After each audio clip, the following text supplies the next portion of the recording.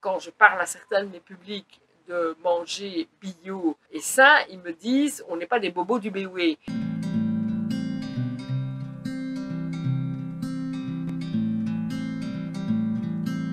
Des publics qui ont moins facilement accès à l'information, éloignés d'un esprit et d'une conception écologique ou d'alimentation saine, durable et biologique, ben là il y a un véritable enjeu.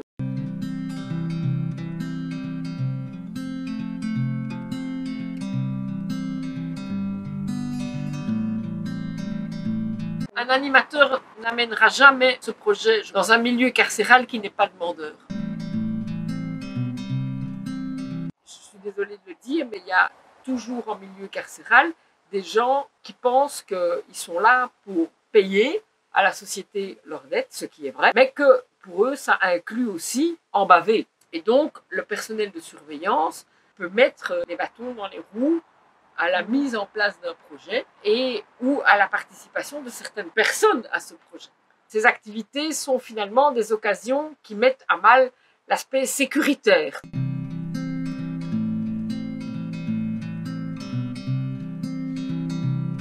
D'abord, c'est le besoin de sortir de sa cellule et d'être dehors. Deuxièmement, d'être actif. Et troisièmement, avoir quelque chose qu'on va manger de bonne qualité et qu'on ne va pas devoir payer.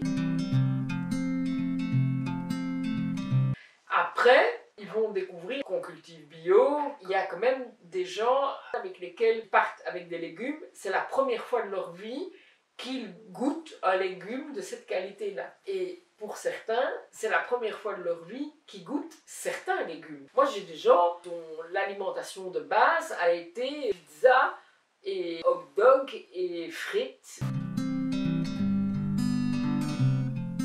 Pendant qu'on jardine, j'explique des choses, et je raconte des choses. On fait des mini-débats entre nous.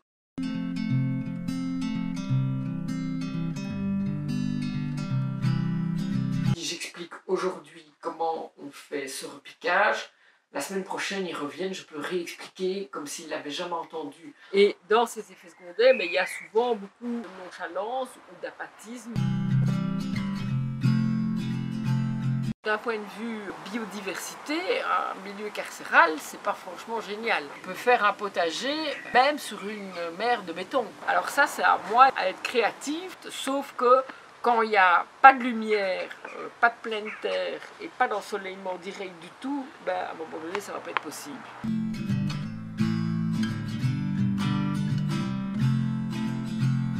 Il y a l'institution et comment elle fonctionne et comment parfois aussi elle dysfonctionne. Ce dysfonctionnement, ben, vous le ramassez en pleine figure.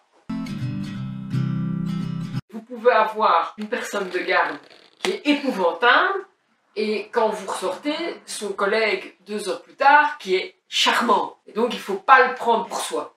Puis il y a le détenu et dans le détenu, il y a encore 2 choses. Il y a l'homme ou la femme que vous avez en face de vous là, maintenant, et il a ce qu'il a fait et qu'il a amené là. Mais parfois, ils me le disent. Il faut mettre cette distance entre la personne que vous avez en face de vous aujourd'hui et la personne dans ce qu'elle a été. Je viens vers eux avec ce que je suis de manière brute et spontanée. Et ça m'est arrivé de vivre un accueil à mon entrée où on m'oublie, puis 10 minutes après, je suis face à des gens qui ne sont pas responsables. Comment est-ce que je vais, moi, les accueillir? Un animateur socioculturel qui voudrait se lancer là-dedans, il doit d'abord se poser la question, quelle va être sa capacité à lui d'accueillir l'autre dans ce qu'il est là maintenant, malgré ce qu'il a fait.